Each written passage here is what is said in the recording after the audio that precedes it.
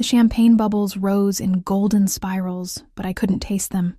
Around me, crystal clinked against crystal. Laughter spilled through the hotel ballroom like expensive perfume. And somewhere a string quartet played something classical that I should probably recognize. I didn't. All I could focus on was the weight of the pen in my trembling hand, and the divorce papers spread across the small table in the corner where Marcus had cornered me. "Just sign them, Elena." His voice carried that edge of impatience I'd grown so familiar with over 3 years of marriage. "You're making a scene." I wasn't making a scene. No one even noticed us tucked away behind the towering Christmas tree, its white lights casting shadows that made Marcus's face look harsh.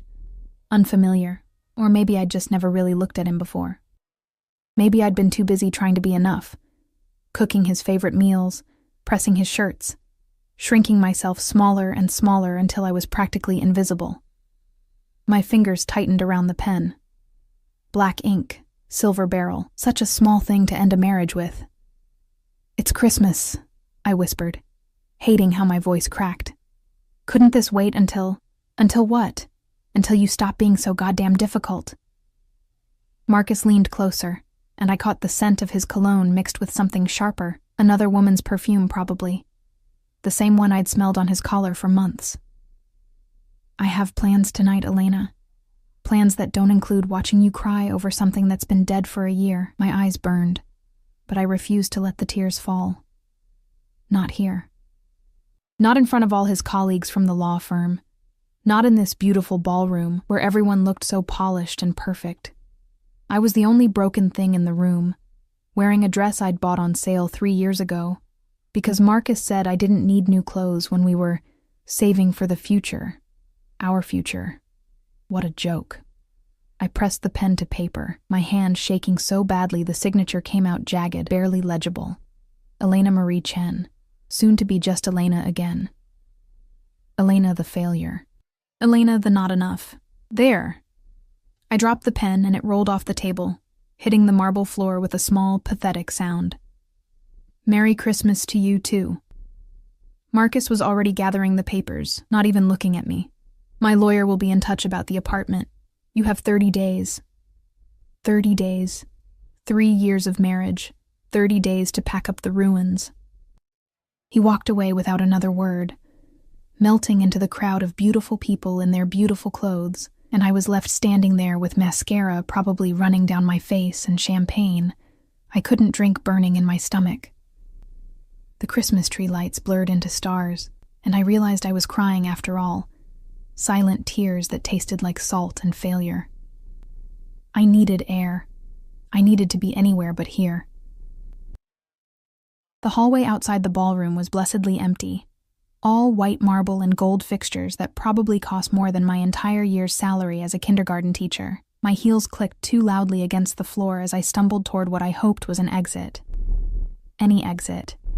Just somewhere I could breathe without feeling like I was drowning. I turned a corner and collided with something solid.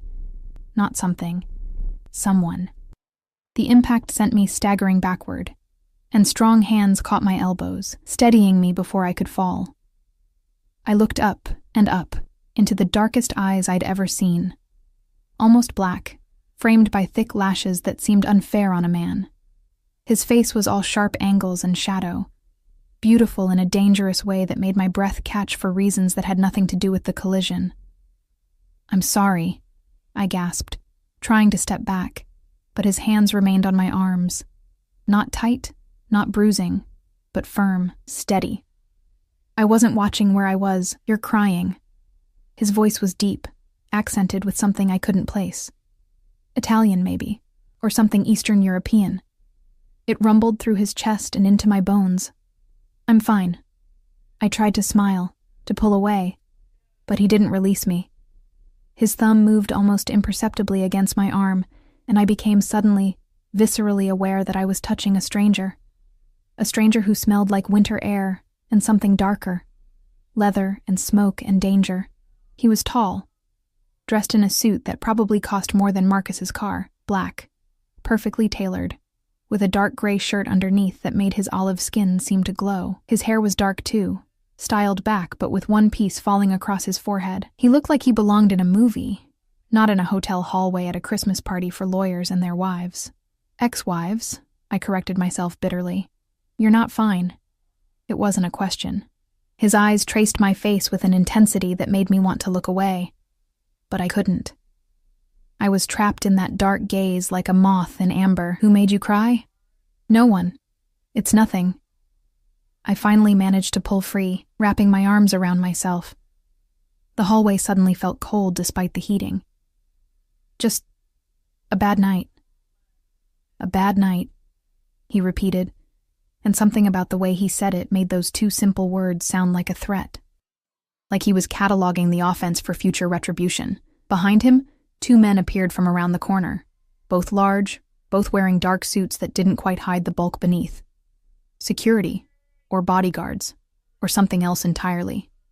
The man, because I didn't know his name, couldn't even begin to guess who he was, raised one hand in a subtle gesture, and the two men stopped immediately, fading back like shadows. That small movement told me more than words ever could. This wasn't someone who asked for things. He commanded them. I should have been afraid. I should have run. Instead, I stood frozen as he reached up and caught a tear on my cheek with his thumb. The touch so gentle it made my throat tighten all over again. "What's your name?" he asked. "Elena." It came out as barely a whisper. "Elena." He said it like a prayer, like a promise, like something sacred. "I'm Dante. Just Dante. No last name." But the way those two men in the shadows straightened at the sound of his name told me everything I needed to know. This was someone important, someone powerful, someone I should absolutely stay away from. "I should go," I managed, taking a step back. Then another. "I'm sorry for bumping into you. I really should stay." Another command, soft but absolute. "Have a drink with me." "I can't. I need to..." What? Go home to an apartment that wouldn't be mine in 30 days? Cry myself to sleep alone on Christmas? I really can't. His jaw tightened, and for a moment something flickered in those dark eyes. Frustration, maybe, or determination. "You shouldn't be alone tonight. I'm always alone." The words slipped out before I could stop them, raw and honest and pathetic. I pressed my hand to my mouth, horrified. "I'm sorry. I don't know why I said that. I should go." This time when I turned to leave, he didn't stop me. But I felt his gaze on my back like a physical touch, heavy and burning, following me all the way down the hallway until I turned the corner and finally, I could breathe again. The elevator ride down felt eternal. I watched the numbers descend, 10, 9, 8, each one taking me further from the ballroom, from Marcus, from the beautiful stranger with eyes like midnight, who'd touched my face like I was something precious instead of something discarded. The lobby was chaos. Hotel staff rushed around with trays and luggage. Guests checked in and out, and somewhere someone was arguing about a reservation in a loud, carrying voice. I pushed through the revolving door and out into the December night, where snow had started to fall in thick, wet flakes that immediately soaked through my thin dress. I'd left my coat inside, in the ballroom, draped over a chair near where Marcus had handed me divorce papers like they were nothing more than a business transaction. I couldn't go back. I'd rather freeze. The parking garage was 3 blocks away, and by the time I reached it, I was shivering so hard my teeth chattered. My heels had rubbed blisters on both feet, and my hair hung in wet strands around my face. I must have looked like a drowned rat as I fumbled for my keys with numb fingers. The car, a 12-year-old Honda Civic with a dent in the passenger door and an engine that coughed like it had pneumonia, was parked on the 3rd level. I'd circled for 20 minutes to find a spot because I couldn't afford valet parking. Another small humiliation in a night full of them. I was halfway to my car when I heard footsteps behind me. Heavy, measured, multiple sets. My heart kicked into overdrive. The parking garage was mostly empty, shadows pooling between the concrete pillars, and I was suddenly, painfully aware that I was alone. That no one knew I was here. That I could scream, and no one would hear. I walked faster, my keys clutched between my fingers like a weapon the way my father had taught me when I was 16. Almost there. Just a few more steps. "Elena." I spun around, and there he was. Dante, standing between two concrete pillars with those same two men flanking him, and behind them, a black SUV with windows so dark I couldn't see inside. The vehicle's engine hummed, a low purr that somehow sounded predatory. "How did you—" I started, but the question died on my lips. Of course he'd followed me. The real question was why. He moved toward me, and I instinctively stepped back until my spine hit my car. Trapped. The word echoed in my head like a warning bell. "You're shaking." He shrugged out of his suit jacket and draped it around my shoulders before I could protest.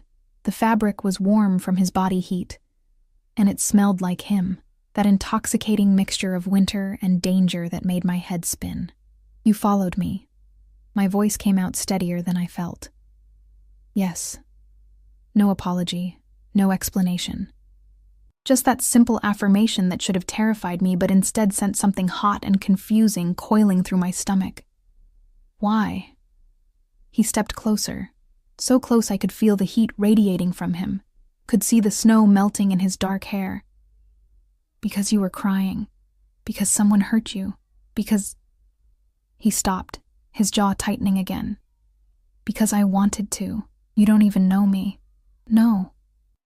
His hand came up, and I held my breath as he tucked a wet strand of hair behind my ear, his fingers lingering against my skin. "But I'm going to." It wasn't a prediction. It was a promise. Or maybe a threat.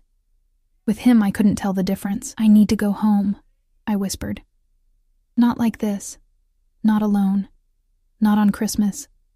His thumb traced my jawline, and I shivered for reasons that had nothing to do with the cold. "Let me take you somewhere warm, somewhere safe." "I don't know you." "You know enough." His eyes held mine, and I saw something there that made my breath catch. Hunger. Not the casual interest of a man who'd seen a pretty girl crying. This was darker, deeper, more consuming. This was obsession wrapped in expensive fabric and beautiful words. I should have said no. Should have gotten in my car and driven away and never looked back. Instead, I heard myself say, "Where?" The restaurant was the kind of place I'd only ever seen in movies. Dark wood paneling, candlelight that cast everything in gold, and silence. The kind of expensive silence that came from thick carpets and staff trained to move like ghosts. We were the only customers, which seemed impossible for a Saturday night, especially during the holidays. "Is it closed?" I whispered as Dante guided me through the entrance, his hand resting at the small of my back. That touch burned through the thin fabric of my dress, possessive and claiming in a way that should have alarmed me. "It is now."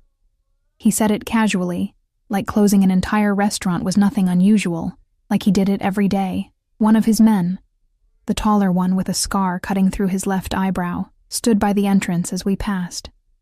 Another positioned himself near the kitchen. Watching, always watching.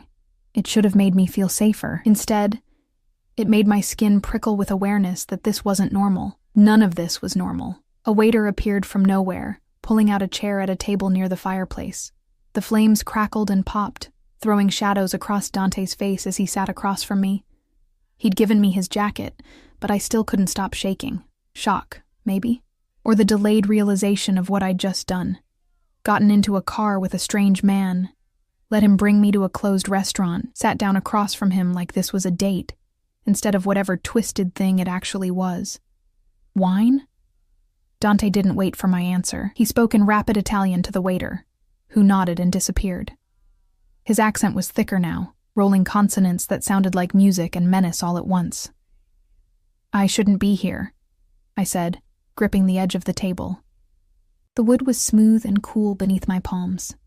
Real wood, expensive, probably older than I was. "This is insane. I don't even know your last name." "Moretti." He leaned back in his chair, studying me with that same intensity from the hallway, like he was memorizing every detail, cataloging my features for some purpose I couldn't begin to guess. Dante Moretti. The name meant nothing to me, but I saw the way the waiter's hands had trembled slightly when he'd taken the order. I saw the deference in every staff member's movement, the fear wrapped in perfect professionalism. "What do you do?" I asked, though part of me didn't want to know the answer. "Business." One word, flat and final. A door slamming shut on further questions. The wine arrived, deep red, poured into crystal glasses that probably cost more than my monthly rent. I took a long drink, needing the warmth, the courage, the numbness. It tasted like cherries and something darker. Blood. My traitorous mind whispered. Tell me about him. Dante's voice cut through my thoughts. The man who made you sign papers on Christmas. How did you... But of course he knew. He'd seen everything. The tears, the trembling hands, the way I'd fled that party like something hunted. It doesn't matter. It's done. His name. It wasn't a request. Commands seemed to be all Dante Moretti knew how to give, and foolishly, dangerously, I found myself answering. Marcus. Marcus Chen. My ex-husband, I guess. The word tasted bitter. He's a lawyer. We've been married for 3 years, but he... I stopped, pressing my lips together. Why was I telling a stranger this? Why did it feel like a confession, like absolution, like something sacred passing between us in this firelit room? He what? Dante's fingers tightened around his wine glass, and I watched the muscle in his jaw clench. Anger. He was angry on my behalf, and that realization did something dangerous to my chest. He cheated. For months, probably. I kept finding signs, perfume on his shirts, late nights at the office, phone calls he'd taken another room. I laughed, but it came out broken. I was so stupid. I kept making excuses, kept telling myself I was paranoid, that I wasn't being a good enough wife. Tonight he handed me the papers and told me to sign. Said he had plans. With her, probably. The silence that followed was suffocating.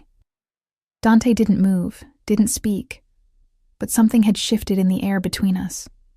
Something dark and volatile that made my pulse race. You weren't stupid, he said finally, each word precise and controlled. Too controlled. You were loyal. There's a difference. Loyalty didn't save my marriage. No. He leaned forward, and the candlelight carved his features into something almost cruel, almost beautiful, but it tells me everything I need to know about you. And everything I need to know about him. The way he said it made ice slide down my spine, like he was making calculations, drawing conclusions, planning something I couldn't see. I took another drink of wine, trying to calm my racing thoughts. Why did you follow me? I asked again, needing to understand. Why am I here? You could have anyone. You're clearly... I gestured vaguely at the closed restaurant, the security, the expense of everything. Important. Powerful. Why would you care about some nobody crying in a hallway? You're not nobody. He said it with such absolute certainty that I almost believed him. And I followed you because the moment you looked at me with those sad eyes, I knew I couldn't let you walk away. I knew... He stopped, seeming to struggle with something. I knew you were supposed to be mine. The possessiveness in those words should have sent me running. Instead, heat flooded through me, pooling low in my belly. This was wrong. Insane. I'd just signed divorce papers 2 hours ago, and here I was, sitting across from a dangerous stranger who looked at me like I was something he wanted to devour. You don't know me, I repeated weakly. I will. Another promise. Another threat. Starting now. Tell me about yourself, Elena, everything. So I did. Maybe it was the wine, or the warmth of the fire after freezing in the snow, or the way he listened like every word I spoke mattered. I told him about growing up in a small apartment in Queens, with parents who worked 3 jobs between them to keep food on the table. About becoming a teacher because I loved children, loved their honesty and wonder, and the way they saw magic in everything. About meeting Marcus in a coffee shop 5 years ago, and thinking he was my fairy tale, successful, charming, everything my mother had wanted for me. About how slowly, steadily, that fairy tale had turned into a cage. He wanted me to quit teaching, I heard myself say, staring into my wine glass. Said it wasn't worth the stress for what I made. That I should focus on supporting his career instead. Making connections at firm parties, hosting dinners for his colleagues, being the perfect wife. I laughed bitterly. Turns out I failed at that too. You didn't fail. Dante's hand shot across the table, catching mine before I could pull away. His grip was firm, almost painful, and his eyes blazed with something that stole my breath. He failed you. He took something precious and treated it like garbage. That's his failure, not yours. Tears burned again, but I blinked them back. I'd cried enough tonight. Why do you care? We met an hour ago. Because... He stopped, his thumb stroking across my knuckles in a gesture that felt both comforting and claiming. Because I recognize something in you. Something that calls to me, and I protect what's mine. I'm not yours. Not yet. His smile was dangerous, predatory. But you will be. Food arrived. Dishes I couldn't name, each one more beautiful than the last. Risotto that gleamed like pearls, meat so tender it fell apart at the touch of a fork, vegetables roasted with herbs I'd never heard of. I'd barely eaten all day, and hunger took over, embarrassing me as I devoured plate after plate, while Dante watched with satisfaction. Good girl, he murmured when I finished the risotto, and those 2 words sent electricity racing across my skin. You need to eat. You're too thin. No one had cared about whether I ate in years. Marcus had always been too busy, too focused on his own needs. And my parents worked such long hours that family dinners had been rare, rushed affairs. But Dante watched me like it mattered. Like I mattered. Tell me about your family, I said, desperate to shift the attention away from myself. His expression shuddered immediately, walls slamming down behind his eyes. They're dead. The blunt statement hit me like a physical blow. I'm sorry. I didn't mean to. It was a long time ago. He drained his wine glass, and for a moment I saw something raw flicker across his face. Pain, maybe. Or rage. My father was ambitious. It got him killed. My mother and sister were collateral damage. That's horrible. I reached across the table without thinking, covering his hand with mine. How old were you? 17. He looked down at our joined hands, and something softened in his expression. Old enough to take over. Old enough to make sure everyone involved paid for what they did. The words should have terrified me, should have confirmed every suspicion building in my mind about who and what Dante Moretti really was. Instead, I felt a strange kinship with the boy who'd lost everything, who'd had to become hard and dangerous to survive. You rebuilt, I said softly. You survived. I did more than survive. His fingers threaded through mine, holding tight. I became what my father never could. Stronger, smarter, more ruthless. I made sure no one would ever dare touch what belongs to me again. That possessiveness again, wrapping around me like silk chains. I should pull away, should leave, should go back to my empty apartment and my empty life and forget this night ever happened. But Dante's hand was warm around mine, and his eyes held promises of things I didn't dare name. And for the first time in 3 years, maybe longer, I felt seen, wanted, protected. Even if the protection came wrapped in danger. We talked for hours, or rather I talked, and he listened, occasionally asking questions that made me reveal more than I intended.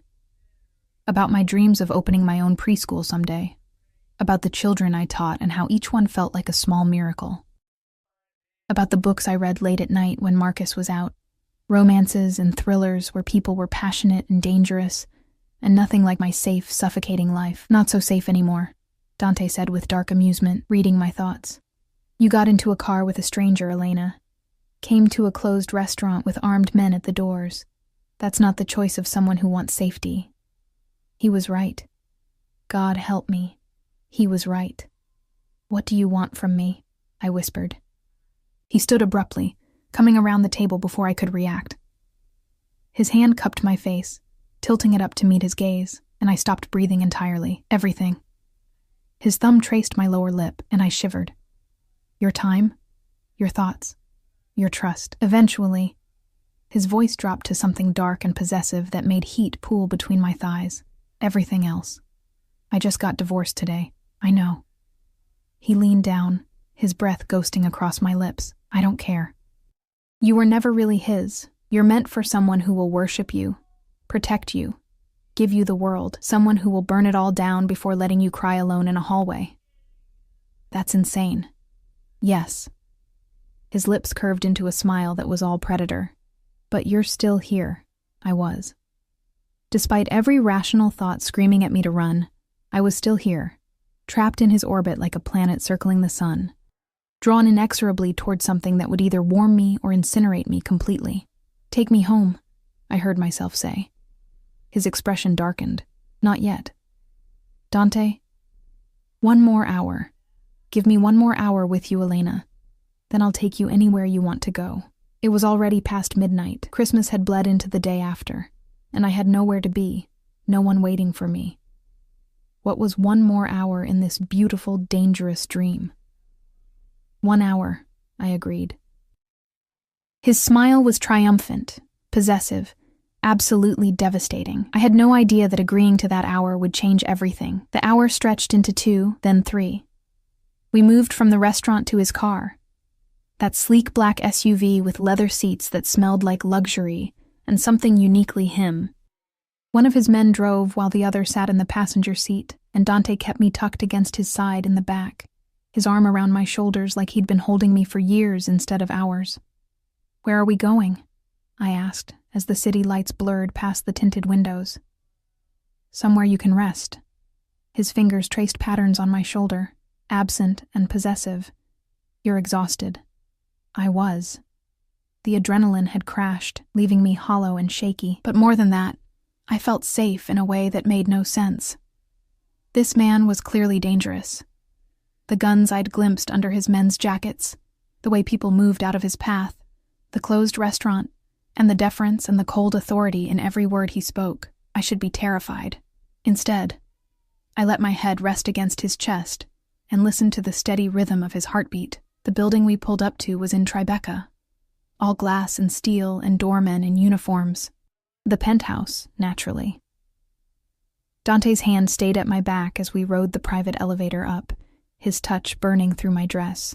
When the doors opened directly into his apartment, I forgot how to breathe. Floor-to-ceiling windows overlooked Manhattan. The city spread out like a carpet of diamonds. The space was enormous, sleek furniture in blacks and grays, abstract art on the walls that probably cost more than I'd make in a lifetime, a kitchen that looked like it belonged in a magazine. But it was the view that held me captive, all those lights stretching endlessly into the night. "It's beautiful," I whispered. "Yes."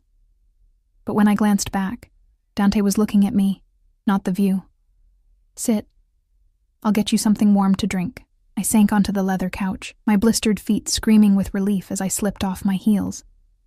The coffee table held a few books, business journals, a novel in Italian, something that looked like poetry, personal touches in an otherwise impersonal space. Dante returned with 2 mugs of hot chocolate, rich and dark with a hint of cinnamon. He'd removed his tie and rolled up his shirt sleeves, revealing forearms corded with muscle and marked with scars, evidence of a life lived harder than the penthouse suggested. "Thank you," I said, wrapping my hands around the mug. The warmth seeped into my bones. He sat beside me, too close, but I didn't move away. Couldn't move away. His presence was magnetic, overwhelming, and I found myself leaning into it like a flower turning toward the sun. "Tell me about your apartment," he said. "The one you're losing." I laughed bitterly. "It's nothing like this. Studio in Hell's Kitchen, 4th floor walk-up.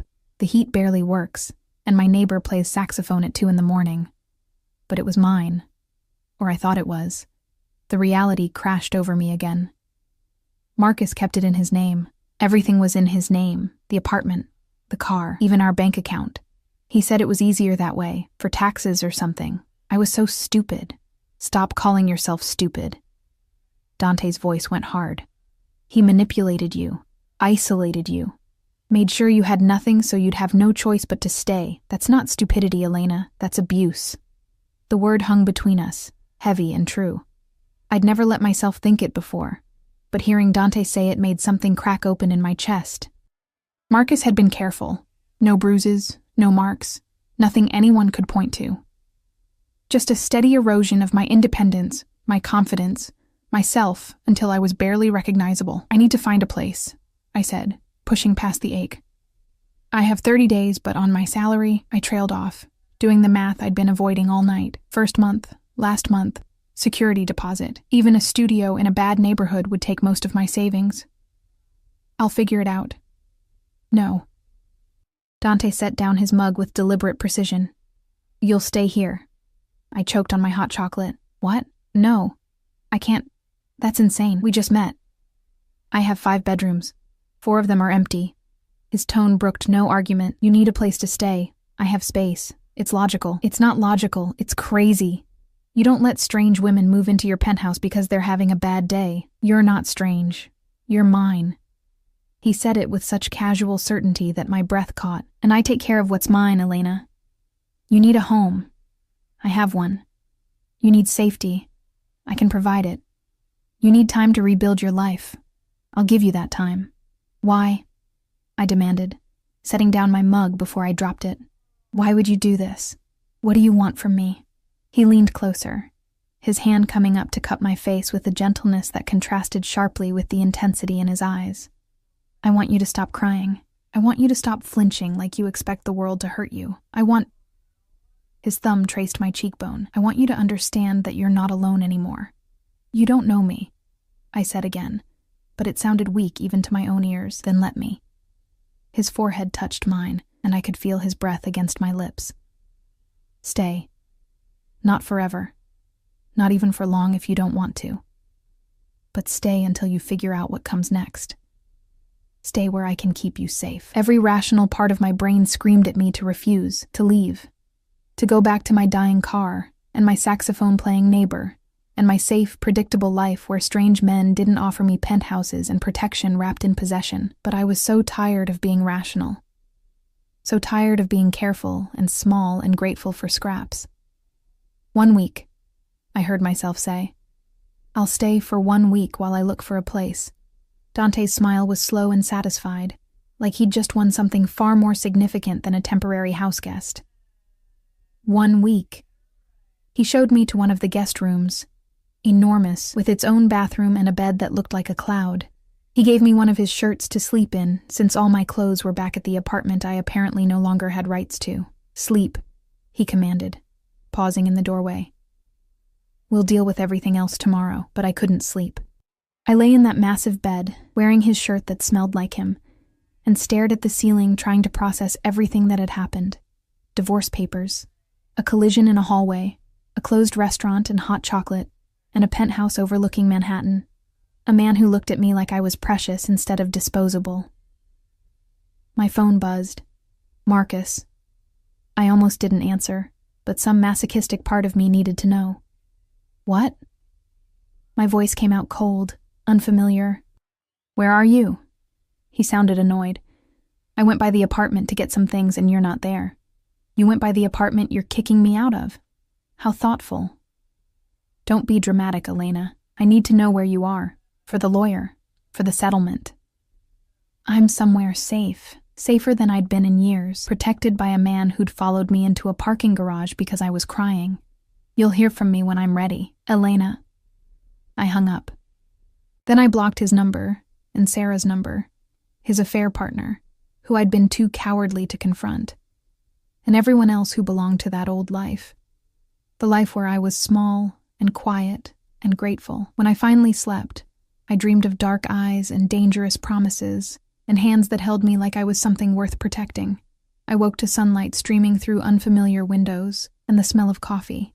For one disoriented moment, I couldn't remember where I was. Then it all came rushing back. The party, the papers, Dante. I stumbled out of bed, still wearing his shirt, and followed the coffee smell to the kitchen. Dante stood at the counter, dressed in dark slacks and a white shirt that somehow made him look even more dangerous in daylight. He was on the phone, speaking rapid Italian in a tone that made ice creep down my spine. He saw me, and his expression shifted immediately, softening. He said something sharp into the phone and hung up. Coffee? He was already pouring a cup, remembering somehow that I took it with cream and sugar. Thank you. I perched on one of the bar stools, hyper-aware of my bare legs and messy hair. I should go. I need to. I have things to do. What things? Finding an apartment, getting my stuff from Marcus's place, calling my parents to let them know that we're... The word divorced stuck in my throat. Your parents don't know? Dante's eyes sharpened. I couldn't face sacrifice so much for me to have a good life. And I wrapped my hands around the coffee mug. I failed. Stop. He came around the counter, his hands gripping my shoulders. You didn't fail. Say it, Dante. Say it, Elena. You didn't fail. I didn't fail, I whispered, not believing it. Again. Like you mean it. Something about the command in his voice, the absolute certainty, made emotions swell in my throat. I didn't fail, I said louder. Good girl. His hand slid down my arms, leaving heat in their wake.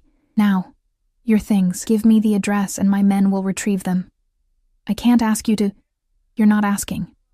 I'm telling you. He picked up his phone, already dialing. You're not going back there.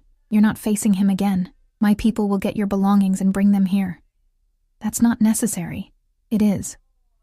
His eyes went cold, and I saw that dangerous edge again. Because if I see the man who made you cry on Christmas, who threw you away like garbage, I'll do something I can't take back. So you'll stay here, safe, and let me handle it. The possessiveness should have scared me. The casual implication of violence should have sent me running. Instead, I felt tears prick my eyes again. But not from sadness. From the overwhelming realization that someone cared. Someone was willing to stand between me and the things that hurt. Okay, I said quietly. Satisfaction flashed across his face. He made several calls in Italian while I drank my coffee, watching the morning light play across the city. Within an hour, 2 of his men arrived. The scarred one from last night and another with cold eyes and steady hands. I gave them my key and a list of what to get. My clothes, my books, the few photos I had of my parents. Everything else could stay. I didn't want any reminders of the life I'd tried to build with Marcus. They left, and I was alone with Dante again. I should shower, I said awkwardly. Get dressed. I've imposed enough. Impose more. He caught my hand, pulling me toward him until I had to tilt my head back to meet his eyes. Stay for breakfast. Stay for the day. Stay for as long as you need. Why are you being so nice to me? Because... He seemed to struggle with something, his jaw clenching. Because you deserve it. Because when I saw you crying, something in me recognized something in you. Because I've built an empire, Elena. But it's empty. And you make it feel less empty. The confession hung between us, raw and honest. I reached up without thinking, my hand cupping his face the way he'd done to me. He leaned into the touch, his eyes closing briefly. I'm broken, I whispered. I'm freshly divorced and broke, and I have nothing to offer you. His eyes opened, blazing with an intensity that stole my breath. You're not broken. You're surviving. And you have everything to offer me. Your time, your presence, your trust. That's all I want. That's all? I tried to smile, to lighten the moment. Not very ambitious for someone who apparently owns half of Manhattan. Oh, I'm very ambitious. His thumb traced my lower lip again, that same gesture from last night that made heat pool low in my belly. But I'm also patient. I can wait for the rest. The rest. Everything he'd promised over risotto and wine. Everything his eyes kept saying, even when his words stayed careful. Breakfast, I managed, stepping back before I did something stupid like kiss him. You mentioned breakfast. His smile was knowing, satisfied, like he could read every thought in my head. Get dressed. I'll make pancakes. You cook? I have many talents, Elena. The way he said it, dark and promising, made me shiver. You'll discover all of them eventually. I fled to the guest room, my heart pounding. This was insane. All of it. But as I showered in his luxurious bathroom and put on his shirt again because I had nothing else, I couldn't bring myself to care about sanity. For the first time in years, I felt alive. The days blurred together in a way that felt like falling, or maybe flying. I couldn't tell the difference anymore. Dante's men brought my belongings that first afternoon, everything packed in neat boxes that they carried up without a word. I sorted through my old life in his guest room, separating what mattered from what didn't, and realized how little had actually been mine. Clothes I'd bought on clearance, books with broken spines, a jewelry box my mother had given me for my 18th birthday, empty except for the wedding ring I'd already removed. I threw the ring away. Dante worked from home most days, taking calls in Italian and sometimes Russian, his voice carrying that cold authority that made even his people flinch. But with me, he was different, softer. He made me breakfast every morning, pancakes, omelets, French toast that melted on my tongue. He asked about my day, my students, my dreams. He listened like every word mattered. And slowly, dangerously, I stopped questioning it. On the third day, he took me shopping. I protested. I couldn't afford new clothes, couldn't accept more from him when I'd already taken so much. He simply looked at me with those dark eyes and said, "You need a winter coat. The one you had wouldn't keep a cat warm." We went to stores where assistants called him Mr. Moretti with reverent fear, where they brought champagne and closed sections just for us. His security followed at a discreet distance, always watching, and I tried not to think about why a businessman needed armed guards. Try this one. Dante held up a cashmere coat in deep burgundy, and when I put it on, his eyes darkened with approval. Perfect. "It's too expensive. It's perfect," he repeated, and that was the end of the discussion. He bought the coat, and 3 others, and dresses I'd never have anywhere to wear, and boots that cost more than my monthly salary.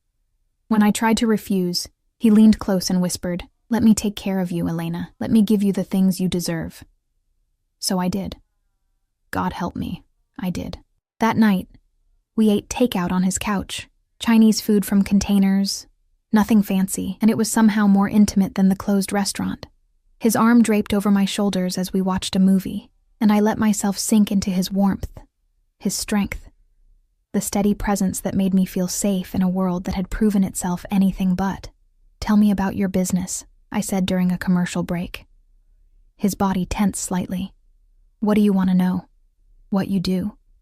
"Import, export, real estate." "You never really said." "Import and export," he said carefully. "Among other things. Family business, passed down from my father." "The father who died when you were 17. "Yes," his fingers traced patterns on my shoulder, absent and soothing. "I rebuilt what he lost, made it stronger, made sure we'd never be vulnerable again." There was something he wasn't saying, something lurking beneath the surface. But when I opened my mouth to ask, he kissed my temple and changed the subject. "Your school's winter break ends next week," he said. "You'll go back to teaching." It wasn't a question, but I nodded. "I love my job. The kids, they're the best part of my day." "Good." His hand tightened on my shoulder. "You should do what makes you happy, but I'll have Marco drive you." "Marco?" "My driver. The one who brought us here that first night." Dante's tone shifted, becoming harder. "You're not taking the subway anymore, Elena. Not alone." "That's ridiculous. I've taken the subway for years, and now you don't have to."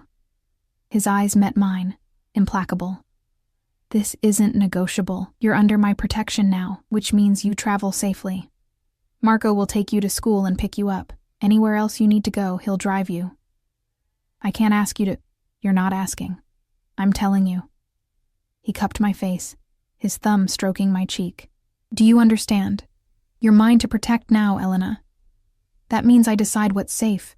The possession in his voice should have made me angry, should have triggered every feminist instinct I had about independence and autonomy. Instead, heat flooded through me, and I found myself nodding. "Okay," I whispered. "Good girl." He kissed my forehead, lingering. "I need you safe. Need to know where you are, that nothing can touch you." "Why?" The question slipped out before I could stop it. "Why do you care so much? We barely know each other. I know enough."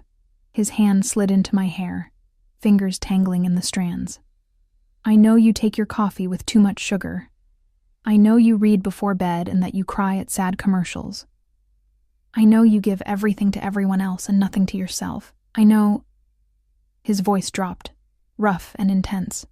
"I know you're supposed to be mine, Elena. I knew it the moment I saw you. That's crazy." "Yes." His lips curved into that dangerous smile. "But you're still here." I was. A week had become 8 days, then 9, and I showed no signs of leaving. My things were unpacked in his guest room. My toothbrush sat next to his in the bathroom, my books lined his empty shelves, and my teaching supplies cluttered his pristine counter. I was making a home in his space, and he was letting me, encouraging it, orchestrating it with careful precision. On the 10th day, Marcus called from a number I didn't recognize. "We need to talk about the settlement," he said without preamble. "My lawyer says you haven't responded to any of his calls, because I blocked him." I was in Dante's kitchen, making tea while he worked in his office. Through the open door, I could see him at his desk, focused on his laptop. "I'll respond when I'm ready." "Elena, be reasonable. You can't just disappear. Watch me." The words came out stronger than I felt. "You wanted the divorce, Marcus. You got it. Now give me time to process everything else. I'm trying to be fair here. You'll get your share of the apartment sale, a reasonable division of assets." "Assets?" I laughed bitterly. "Everything was in your name. What assets do I have to divide?" "That's not my fault. You never wanted to be on the accounts because you told me it was easier this way. You convinced me that—" I stopped, took a breath. I wouldn't let him gaslight me anymore. "We'll handle this through lawyers. Don't call me again." I hung up, my hands shaking with anger, and something that felt like triumph. For the first time, I'd stood up to him, refused to be steamrolled by his reasonable tone and careful manipulation. "Good." Dante's voice came from behind me, and I turned to find him leaning against the doorframe. His eyes were dark with approval. "You're learning your worth." "I'm trying." I set down my phone. "He wants to settle, divide everything." "Everything he stole from you, you mean?" Dante crossed to me, his hand settling on my waist. "What do you want, Elena? From the divorce? From him? What would make this right?" "I don't know. My share of the apartment, I guess. Enough to start over." I looked up at him. "I don't want to take him for everything. I just want to be free." Something flickered in his eyes. Respect, maybe, or something darker. "You're too forgiving." "Maybe. But I don't want to be bitter. I don't want to become someone angry and twisted." I touched his face, feeling the slight stubble beneath my palm. "I just want to move forward, then we'll make sure you can." He pulled out his phone. "I know lawyers, good ones. They'll handle everything." "Dante, I can't afford. They work for me," he said simply. "Consider it a favor. Another favor." I tried to smile. "I'm racking up quite a debt." "No debt." His hands tightened on my waist, possessive. "Everything I give you is freely given, Elena. No strings, no expectations, except—" He paused, his eyes searching mine. "Except that you stay, that you let me keep you safe. For how long?" "As long as you'll let me." He leaned down, his forehead touching mine. "Ideally?" "Forever." Forever. The word hung between us, terrifying and tempting. I'd promised forever to Marcus, and look how that ended. But this felt different. Dante felt different. Solid and real and utterly certain in a way that made my breath catch. "I scare you," he said, reading my expression. "Yes." "Good." His thumb traced my lower lip. "You should be scared. I'm not a good man, Elena. I've done things that would make you run if you knew. But with you—" He stopped, seeming to struggle with the words. "With you, I want to be better. Want to be worthy of the way you look at me. How do I look at you? Like I'm not a monster." His voice went rough. "Like I'm someone who could be saved." "Maybe you are. Don't." He pulled back slightly, his expression hardening. "Don't make me into something I'm not. Don't romanticize what I do, who I am. I can give you safety, protection, everything you need. But I can't be your hero, Elena. I'm not built for that. Then what are you built for?" His eyes burned into mine. "Keeping you. Protecting you. Making sure nothing ever hurts you again. That's what I'm built for. That's what I'm good at." The intensity in his words made heat flood through me.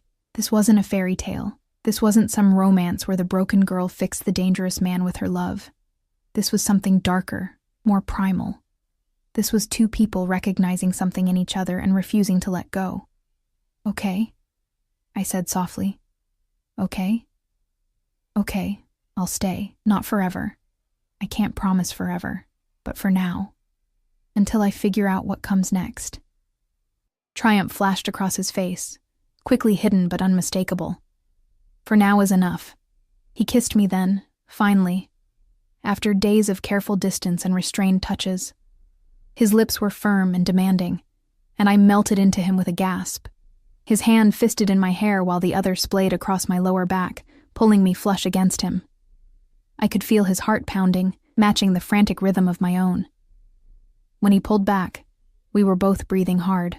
I've wanted to do that since I saw you crying in that hallway, he admitted roughly. Then why didn't you? Because you weren't ready. Because you needed time to trust me, to understand that I'm not like him. That I'll never... His jaw clenched. That I'll never make you feel small or invisible, or less than you are. And what am I? I needed to hear it, needed to understand how he saw me. Everything. He said it with such absolute certainty that tears pricked my eyes. You're everything, Elena, and I'll prove it to you every day for as long as you let me. That night, I didn't sleep in the guest room. I curled up next to Dante in his enormous bed, wearing one of his shirts, and listened to his steady breathing as he held me close. His arm was heavy across my waist, possessive even in sleep, and I'd never felt safer or more terrified of how much I was starting to need this, need him. The next morning, everything changed. I woke to raised voices, Dante speaking rapid Italian in the living room, his tone sharp with barely controlled fury. I pulled on a robe and crept to the doorway, seeing him pacing like a caged animal while two of his men stood rigid nearby. What do you mean he's asking questions? Dante snarled. Who gave him permission to ask questions? The scarred man, I'd learned his name was Antonio, responded in Italian, too quick for me to follow, but I caught one word that made my blood run cold. Polizia. Police. Dante's eyes cut to me, and something shuddered in his expression. He said something to his men, and they left immediately, disappearing into the private elevator. Elena. What's going on? I stepped into the room, my heart pounding. What was that about, police? Nothing you need to worry about, but the tension in his shoulders said otherwise. Dante, please. If something's wrong, your ex-husband filed a missing persons report. His voice was flat, controlled. He told the police you disappeared after signing divorce papers and he's concerned for your safety. Ice flooded through me. That's ridiculous. I'm not missing. I'm right here. I know that. But he's making noise, drawing attention, and... Dante stopped, his jaw clenching. And attention is something I can't afford right now. The way he said it made everything click into place. The security, the careful movements, the closed restaurant and the deference and the fear in people's eyes when they heard his name. You're not just a businessman, I said slowly. No. What are you? He looked at me for a long moment, and I saw the war in his eyes, the desire to protect me from the truth warring with the need to be honest. I'm what my father was, he said finally. What his father was before him. I run the family business, Elena. All of it, the legitimate and the less legitimate. Mafia. The word fell between us like a stone. You're in the Mafia. Yes. I should have been shocked. Should have run. But somehow, I'd known, on some level.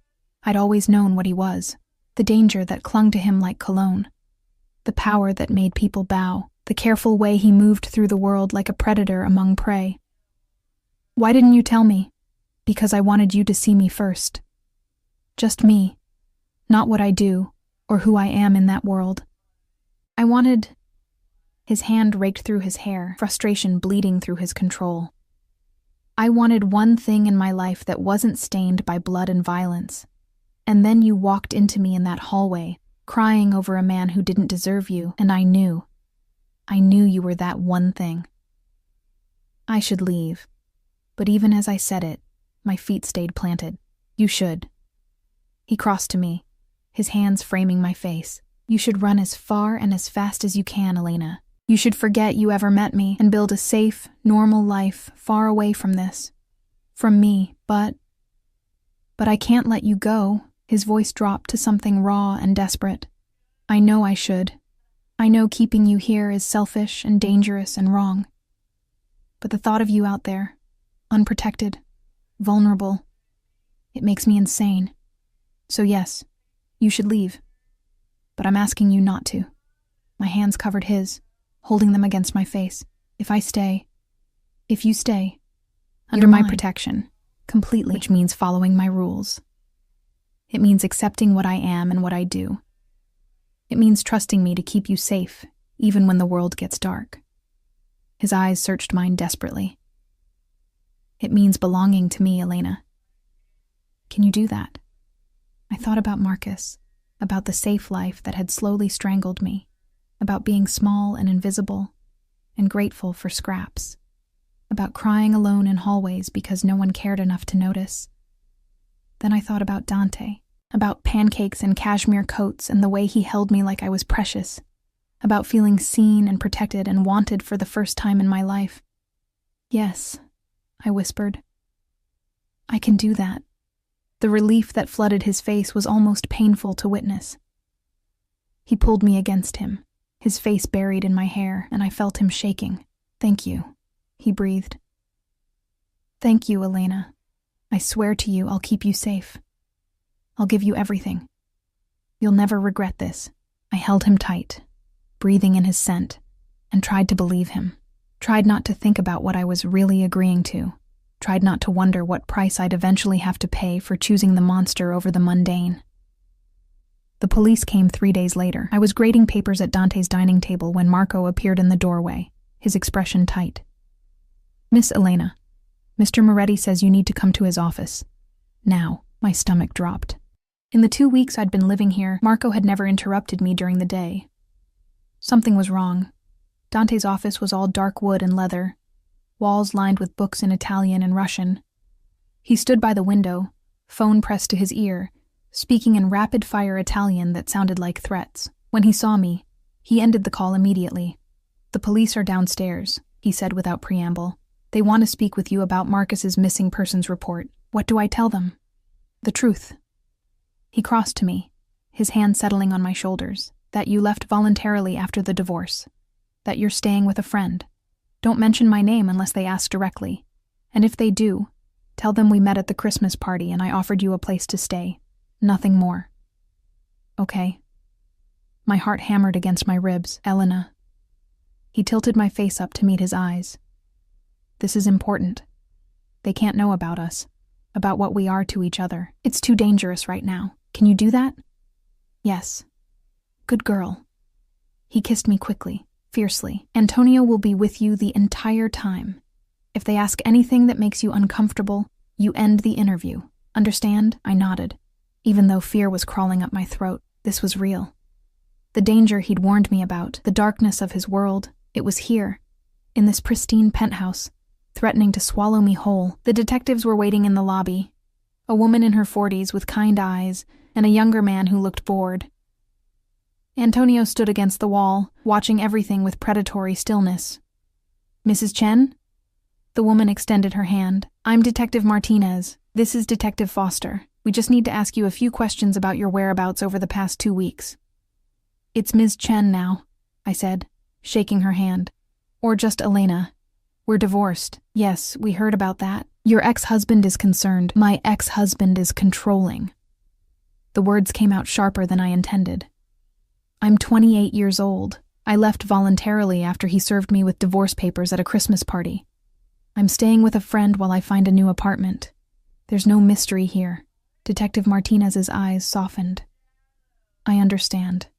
But you have to admit, leaving without telling anyone where you were going, blocking his calls. I blocked his calls because I needed space. Because he destroyed our marriage and then expected me to make it convenient for him. I could feel Antonio's presence behind me, steady and protective. I'm not missing. I'm not in danger. I'm just starting over. Can you tell us where you're staying? Detective Foster asked, looking up from his notes. With a friend.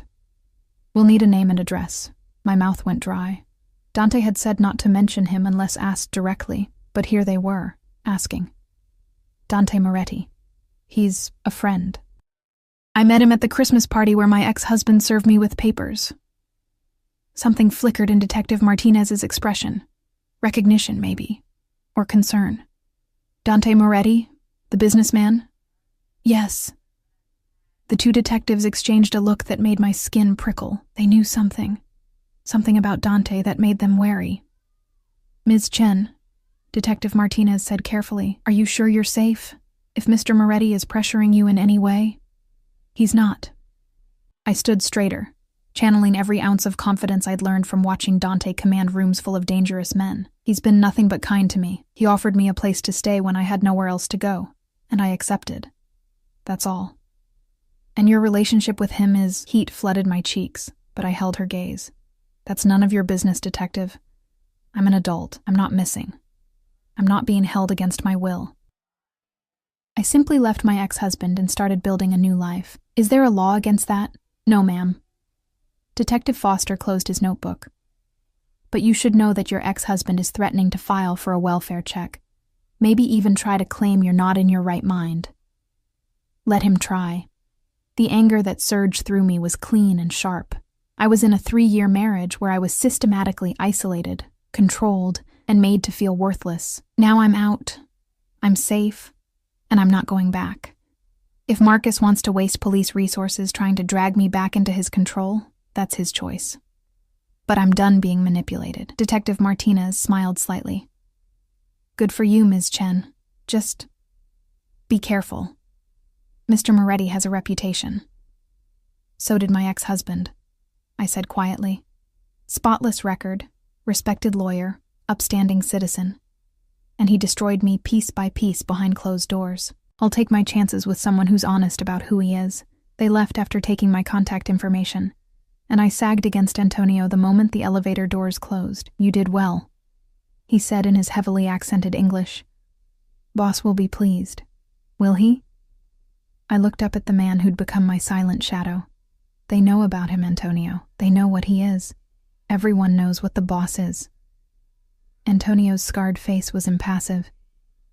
But knowing and proving are different things. You gave them nothing they can use. That's what matters. When I returned to the penthouse, Dante was waiting. He pulled me into his arms the moment I walked through the door, his hand cradling the back of my head. You were perfect, he murmured against my hair. Marco was listening from the security room. You were absolutely perfect.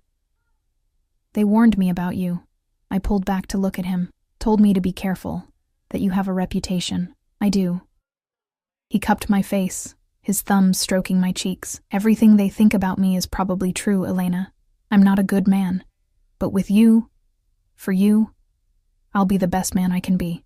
Marcus is going to keep pushing. He won't let this go. Something dark and dangerous flickered in Dante's eyes. Then we'll handle Marcus. What does that mean? It means I'm going to have a conversation with your ex-husband about respecting boundaries. His voice went cold. It means he's going to understand that you're under my protection now, and that continuing to harass you would be unwise. Dante, you can't threaten him. I'm not going to threaten him. His smile was sharp as a blade. I'm going to make him understand reality. There's a difference. 2 days later, Marcus stopped calling, stopped filing reports, stopped existing in my life as anything more than a signature on divorce papers. I didn't ask what Dante said to him. I didn't want to know. Winter melted into spring, and somehow, I stayed. My 1 week became a month, then 2. I returned to teaching, with Marco driving me every day in the sleek black car that made my fellow teachers whisper. I found my rhythm in Dante's world. The early morning coffee we shared before he disappeared into his office. The late nights when he'd come to bed smelling like smoke and danger and pull me against him like I was his anchor to something good. I learned the rules. Don't ask about his business. Don't answer the door unless Antonio or Marco approved it first. Don't go anywhere without security. Trust that Dante would always keep me safe. And he did. He was obsessive about it, actually, checking in throughout the day, having his men follow me even when I thought I was alone. Once, a man on the subway made the mistake of standing too close to me, and by the time Marco drove me home that evening, I heard through Antonio that the man had been educated about personal space. I should have been horrified, should have recognized the possessiveness as toxic. dangerous, wrong. But I'd spent 3 years being invisible. And now someone noticed everything, every mood, every need, every fear. Dante saw me in a way no one ever had. And his protection felt like love wrapped in darkness. My divorce was finalized in March. Dante's lawyers had been ruthless. I got half of everything, including the apartment sale, which gave me enough money to truly start over. To get my own place if I wanted. "Are you leaving?" Dante asked, the night the papers came through. We were in his bed, my head on his chest, his fingers tracing patterns on my bare shoulder. "Do you want me to?" "You know I don't." His hand tightened on me. "But I need you to choose this, Elena. Choose me. Not because you have nowhere else to go. Not because you're grateful. But because you want to be here." I propped myself up on my elbow, looking down at him. In the moonlight streaming through the windows, he looked younger, vulnerable, like the 17-year-old boy who'd lost everything and built an empire on the ruins. "I choose you," I said softly. "Not because I have to, because I want to, because you make me feel alive and safe and seen, because I love you." The words hung between us, and I saw his breath catch. "Say it again." "I love you, Dante Moretti." I traced his jaw with my fingers. "I love you even though you're dangerous and possessive and probably a little crazy. I love you because you're those things, and because with me, you're also gentle and protective and good. I'm not good. You're good to me." I kissed him softly. "That's all that matters." He rolled us over, pinning me beneath him, his eyes blazing with emotion. "I love you too. So much it terrifies me. You're my weakness, Elena. The one thing that could destroy me. Then we'll be each other's weakness." I wrapped my arms around his neck. "We'll protect each other. Always." He kissed me deeply, thoroughly, until I was breathless and wanting. "You're mine now. Completely. No going back." "No going back," I agreed. 6 months later, I stood in Dante's living room, our living room now, watching the sunset paint Manhattan in shades of gold and red. My books filled the shelves, my pictures hung on the walls, my life had merged with his in ways I never could have imagined that Christmas night when I'd signed divorce papers while crying alone. "Elena." Dante's voice came from behind me, and I turned to find him on one knee, a black velvet box in his hands. My breath stopped. "I know this is fast," he said, his voice rough with emotion. "I know we've only been together 6 months, but I've never been more certain of anything in my life. You walked into my world when I'd given up on finding something real, something good. You made me want to be better, made me believe I could be more than what my father's legacy demanded." He opened the box, revealing a ring that made my eyes burn with tears. A single diamond, simple and perfect, catching the sunset light. "Marry me, Elena, not because you have to, not because you're grateful, but because you choose this. Choose me. Choose us." His dark eyes held mine, vulnerable in a way I'd never seen. "Let me spend the rest of my life protecting you, loving you, proving that choosing the monster over the mundane was the right choice." I dropped to my knees in front of him, framing his face with my hands. Yes, I'll marry you. I choose you, Dante. I choose us." The smile that broke across his face was devastating, beautiful, completely unguarded. He slid the ring onto my finger and kissed me like I was oxygen and he was drowning. "Mine," he breathed against my lips.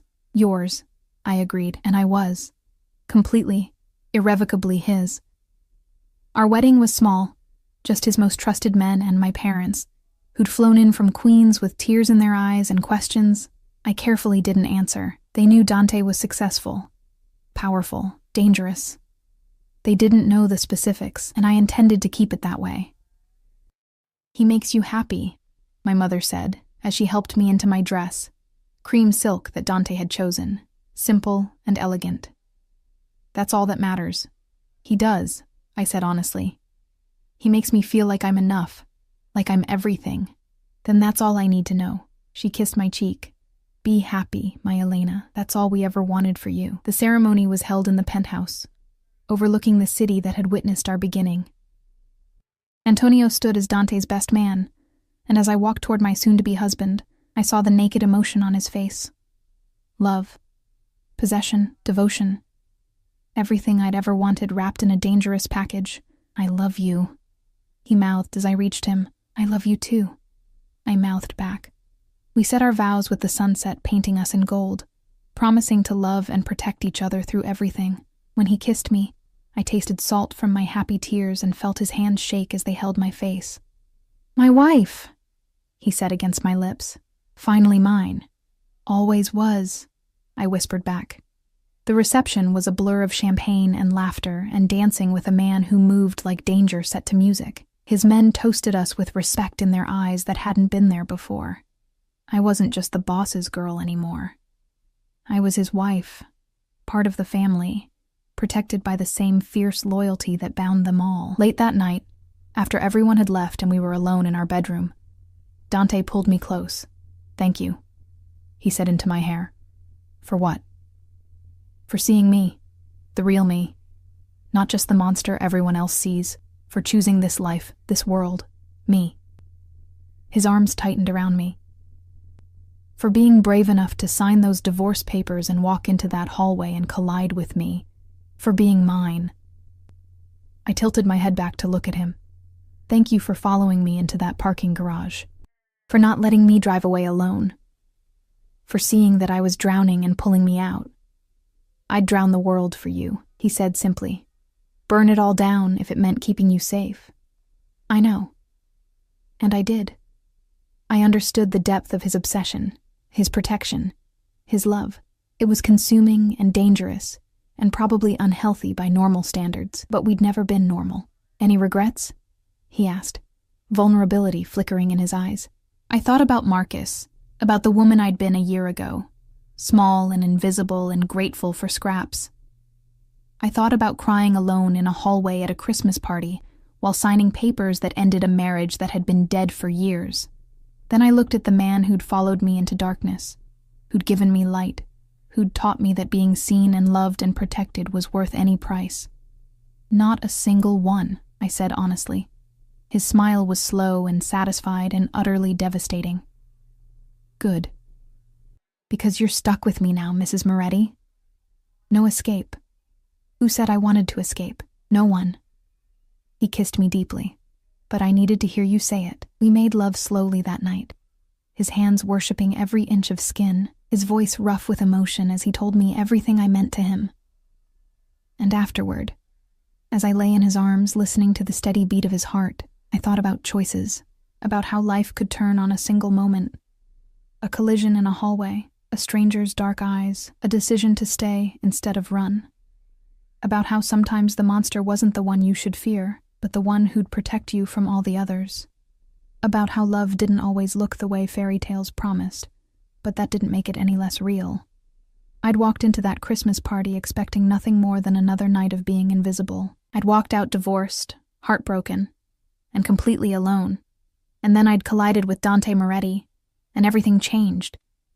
He was dangerous, possessive, obsessive in his protection and fierce in his love. He was everything I shouldn't want, wrapped in expensive suits and dark promises. But he was mine, and I was his, and that was enough. More than enough. It was everything. Outside, snow began to fall. The first snow of the season, a year after that night when I'd signed papers and run into a hallway, and straight into the arms of the man who would become my everything. I watched the flakes drift past our windows, coating Manhattan in white, making the city look clean and new. What are you thinking about? Dante murmured sleepily. Second chances? I said softly. And how sometimes the best things come from the worst moments. Like crying in a hallway at a Christmas party? Like crying in a hallway at a Christmas party, I agreed. He pulled me closer, his warmth surrounding me like a shield. Best moment of my life, finding you there. Mine too, I admitted.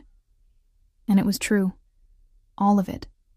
The danger, the darkness, the obsessive protection and fierce possession. I chose it all. Chose him. Chose us. Some people might not understand, might see the danger and miss the devotion. Might focus on the darkness and never see the light he brought to my life.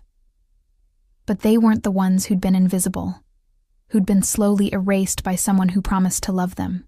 They weren't the ones who'd been seen, truly seen, for the first time by eyes that promised to never look away. I was Mrs. Elena Moretti now, wife to a dangerous man, protected by forces I didn't fully understand, living in a world where love looked like armed guards and closed restaurants and obsessive devotion. And I'd never been happier, never been more free, never been more completely, irrevocably, dangerously loved. Forever, Dante whispered against my hair. Forever, I promised back. And I meant it. Every dangerous, beautiful, terrifying word.